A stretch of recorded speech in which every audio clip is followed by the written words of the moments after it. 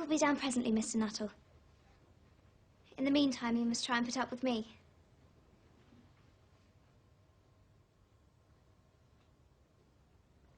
It is very kind of you to wait with me.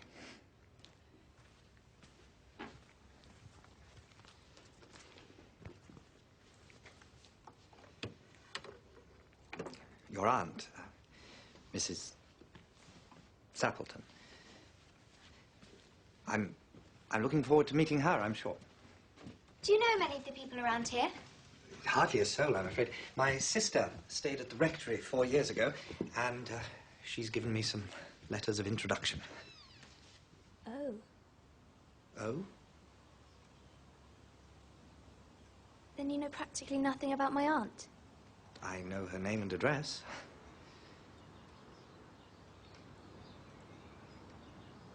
Her great tragedy happened just 3 years ago.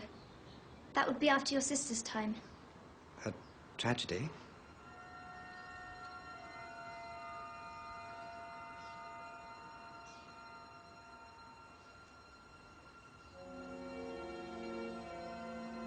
You may wonder why we keep these French doors open on such a cold afternoon. It is quite warm for the time of year.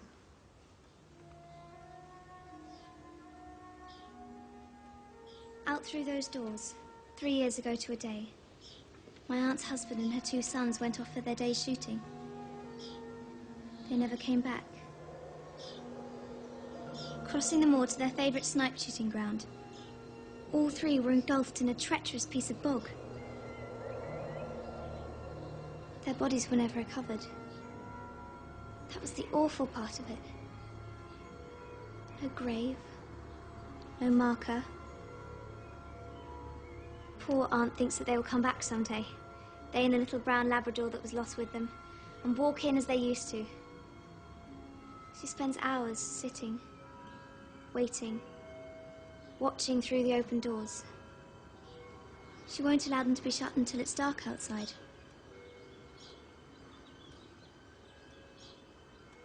Oh, I'm sorry. Do sit down, Mr. Nuttall.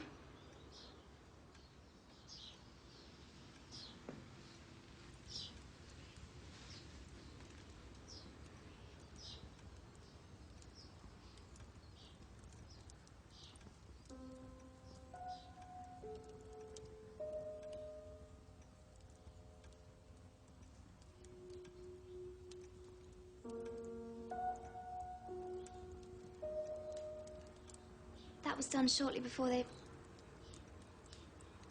Poor dear aunt. She's often told me of how they went out. Her husband with his waterproof coat over his arm, and Ronnie, her eldest son, teasing her. The tea'd better be ready when we return, Mamma, else there'll be hell to pay.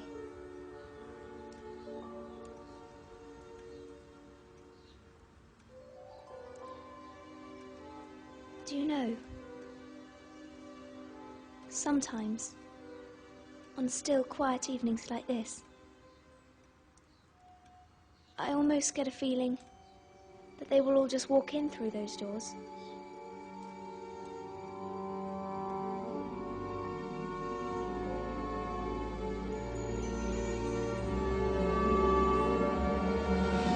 I'm terribly sorry for keeping you waiting, Mr. Nuttall.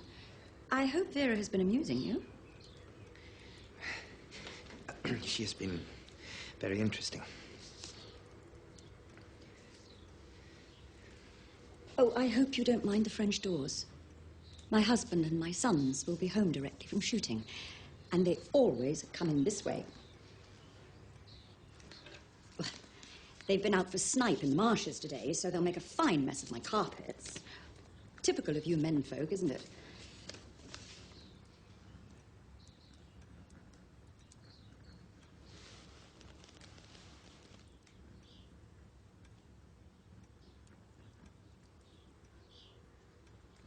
They're calling it nervous exhaustion. It's in the family. As you know, my sister...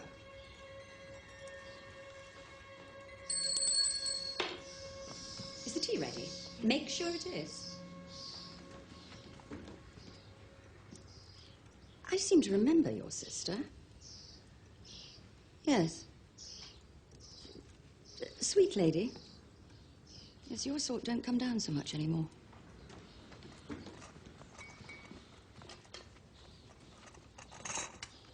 I hope your stay will be peaceful.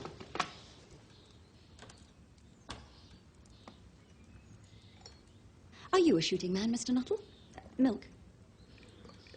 Just a little. It hasn't been the same these last few years. The rain and the mud, you see. It's made an infernal quagmire at the marshes. The doctors agree in ordering me complete rest. An absence of mental excitement and anything in the nature of violent physical exercise.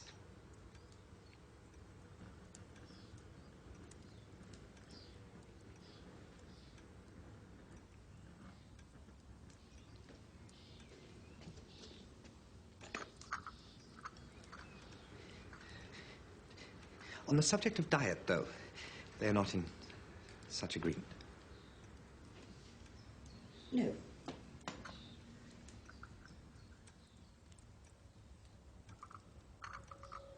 Oh, here they are at last. And don't they look as if they're muddy up to the eyes?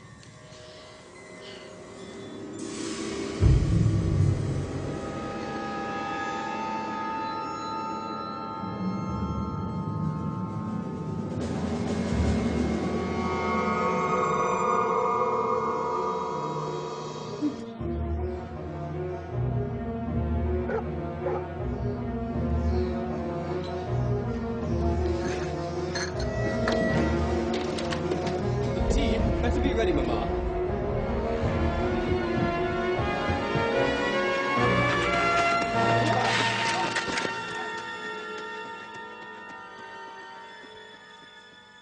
Oh, you're covered in mud. Oh, fairly muddy, my dear, but most of it's dry. They'll need to get used to it if we go to war. Oh, please, let's not talk about that. We'll be home by Christmas, you'll see. Check. Who was that who bolted out as we came up? The most extraordinary man, a Mr. Nuttall. He talked about nothing but his illnesses, and then he dashed off without a word of goodbye or apology when you came in. I expect it was the Labrador. He told me he had a horror of dogs. He was once hunted into a cemetery on the banks of the Ganges by a pack of pariah dogs and had to spend the night in a newly dug grave with the creatures snarling and grinning and foaming just above him. Enough to make anyone lose their nerve, I dare say.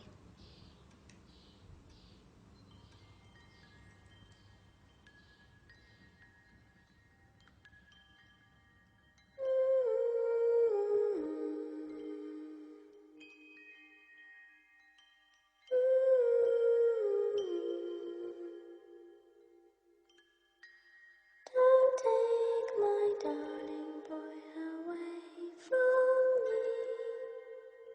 Don't take him off to war.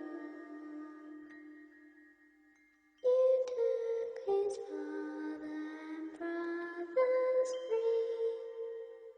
Now you come back for more.